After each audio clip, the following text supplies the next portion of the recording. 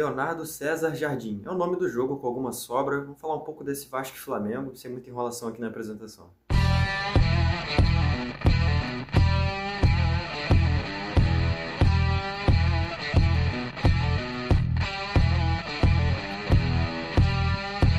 Fala galera, beleza? Eu sou o Eduardo, dono da Analisa Vasco, apresentador desse vídeo. Estou aqui para falar um pouco desse empate entre Vasco e Flamengo pela quinta rodada do Campeonato Brasileiro, partida que foi disputada no Maracanã. Esse duelo que, apesar do empate, teve boas chances para ambas as equipes. O Vasco, que surpreendentemente conseguiu criar chances perigosas contra o Flamengo, apesar, claro, da expectativa de uma dominância ampla do rubro-negro, o Cruz Maltino conseguiu surpreender e criou algumas chances claras de gol. Teve chances com o Nuno Moreira, teve chances de fora da área com o Ryan, teve alguns cabeceios perigosos do Pablo Verrete, teve até finalização do Felipe Coutinho.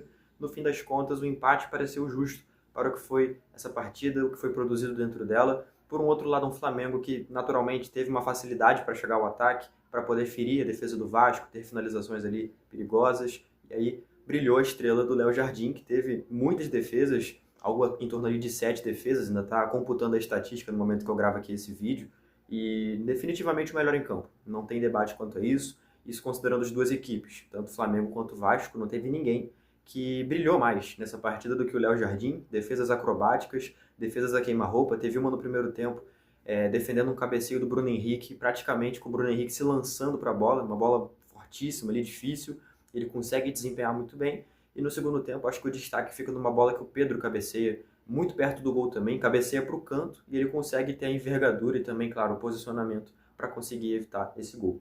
Vale falar do sistema defensivo do Vasco, que se saiu muito bem na partida, apesar, claro, das controvérsias recentes. Parece que a cobrança, enfim, está surtindo efeito. O desempenho individual dos atletas de se destacar, enfim, eu acho que dá para falar muito bem deles hoje. A dupla de volantes com Jair e Hugo Moura também não foi nada mal. O Jair teve um primeiro tempo apagado, o segundo tempo conseguiu se sair muito bem. E o Hugo fez, talvez, tirando o Léo Jardim, a grande partida do jogador do Vasco nessa partida, se movimentando muito bem, sempre muito participativo na defesa e até criando chances perigosas de ataque, arrancadas, parecendo um atacante em alguns momentos, né? Então, se saiu muito bem. Eu acho que, tirando o Léo, foi o cara do jogo. E aí essa trinca de meias com o Nuno, Coutinho e Ryan. O Ryan, para mim, fez uma grande partida também, finalizou bem de fora da área, apesar, claro, daquela oscilação de sempre dele, né? Ele, em alguns momentos do jogo ali, sem tanta eficiência, sem tanta participação. O Coutinho, no primeiro tempo, fez uma partida interessante, mas sem muita eficiência, teve até esse chute perigoso, mas fora isso, nada muito fora da curva. E o Nuno continua sendo esse jogador lúcido, né? O jogador mais lúcido desse time, com alguma sobra, mas também faltou talvez a eficiência para conseguir destacar isso numa participação em gol, por aí vai. Mas ainda assim, uma partida destacável dele, foi bem, mais uma vez, como tem sido ultimamente. Nada destacável, nada brilhante, mas, assim, regularidade positiva, né? Nesse bom sentido. Pablo Verrete é aquela, né? Assim, se ele não faz o gol, acaba parecendo uma partida apagada dele. A função do atacante é fazer gol. Ele até participa bastante do jogo, tem participado com aqueles toques mais curtos, mas no que foge a isso, ele acaba ficando um pouco para trás. Quando ele tem que trabalhar essa bola pelo lado do campo, quando ele tem que fazer uma jogada mais elaborada, ele realmente fica devendo, não tem para onde correr quanto a isso.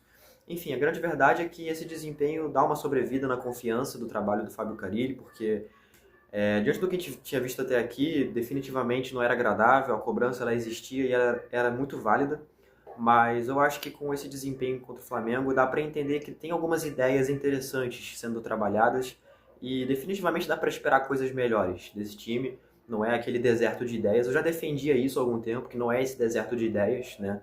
Mas ainda assim, não acho que anula as críticas que vão acontecendo. Quer dizer, o sistema defensivo nessa partida foi bem, mas vamos ver como é que vai ser nas próximas. Vamos ver se foi uma melhora ocasional, ou se de fato é uma coisa que a gente consiga ver essa melhora acontecendo. Agora, a incoerência nos critérios de escolha para a lista de relacionados, ela continua acontecendo. Mais uma vez, o Souza relacionado, o Alex Teixeira relacionados, o Adson de fora da lista, quer dizer, jogadores importantes que podem ser úteis ficando de fora para que o Souza e o Alex, que não têm participado dos jogos, estarem ali no banco. Não faz o menor sentido. E isso, na minha opinião, é um erro que vem sendo cometido. Até agora não é nada que tenha custado um resultado, mas tem que ser apontado esse erro, sim. Por outro lado, muitos acertos. Eu acho que ele acertou muito nas substituições dessa partida, principalmente quando ele tira o Ryan e coloca o Garré, porque ali ele traz uma bola mais qualificada pelo lado direito. O Ryan já vinha batendo cabeça ali com o Ayrton Lucas, o Léo Pereira, e aí, trazendo o Garré, trouxe mais lucidez para o lado direito do ataque, até mesmo criando algumas chances ali. O Garrett até teve um passe muito infantil, né, que ele errou ali no fim do segundo tempo, mas ainda assim fez uma boa partida, entrou bem, agregou, né, no ataque. E na verdade ele teria entrado para a esquerda, porque ele entrou no lugar do Nuno, né? Mas ele acabou caindo para a direita e tal. E, enfim, falar também um pouco sobre as entradas do Paulinho e também do Matheus Carvalho. Eu acho que trouxeram ali uma característica diferente, talvez até mais fisicalidade, mais jovialidade para aquele meio-campo. A verdade é que o Flamengo dominou o meio-campo, já era esperado quando se viu a escalação, né? Foram com 4 meias praticamente. Seria o Michael, Arrascaeta, De La Cruz e Gerson, né? Teria o Pulgar ali também, enfim. Então a expectativa era essa mesmo, né? O Flamengo dominar o meio-campo, foi o que se viu dentro de campo, mas ainda assim o Vasco teve suas virtudes e mostrou coisas muito positivas. Agora o elenco se prepara para na próxima terça-feira enfrentar o Lanús em São Januário pela terceira rodada da fase de grupos da Copa Sul-Americana. Torcer que seja um desempenho tranquilo e que essa partida de hoje motive os jogadores, afinal vão ser aí apenas 2 dias de descanso, portanto a motivação eu acho que vai ser o grande combustível nesse processo de preparação para enfrentar a equipe argentina. Galera, fico por aqui. Muito obrigado a você que viu esse vídeo até o final. Se você concordou ou discordou, comenta aqui embaixo. E, claro, sempre vou te convidar a conhecer nossas redes sociais, todas sob @analisacrvg, que estão aqui na tela. E também, claro, vou convidar você a se inscrever no canal, deixar o like, essas baboseiras de sempre, estão aqui na tela também. É importante não só para mim, mas para que você passe para o algoritmo do YouTube o recado de que você quer ver mais vídeos assim, não somente da Analisa Vasco, mas de outros canais que façam conteúdo parecido. Tamo junto, valeu e até a próxima.